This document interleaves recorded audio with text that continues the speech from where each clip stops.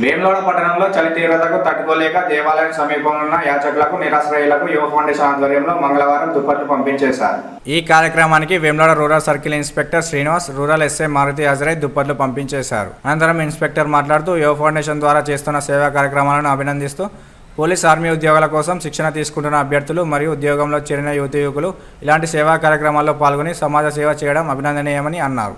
అనంతరం యువ ఫౌండేషన్ వ్యవస్థాపకులు కానిస్టేబుల్ గొడిచెల రాజశేఖర్ గౌడ్ మాట్లాడుతూ రాత్రి వేళలో పట్టణంలో తిరుగుతూ ఎవరికైతే దుప్పటి లేదో వారిని గుర్తించి దుప్పట్లు పంపిణీ చేయడం జరుగుతుందని తెలిపారు. ఈ కార్యక్రమంలో యువ ఫౌండేషన్ ఉద్యోగులు ప్రశాంత్, గంగరాజు, అరుణ్ సింగ్, అభ్యర్థులు Ram Kumar, Sai, Rakesh, foundation general secretary గడ్డం ప్రశాంత్, చిన్నారులు సిరిచందన, అభినవ్ తదితరులు పాల్గొన్నారు.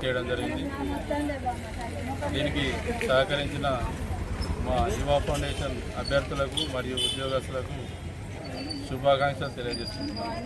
మీరు కూడా మీ ఏరియాలో ఎవరైనా చలి తీవ్రత తట్టుకోలేకుండా ఉంటే వారికి మీ వంతు సహకారంగా దుప్పట్లు పంపిణీ చేసి మానవత్వం చాటుకోవాలని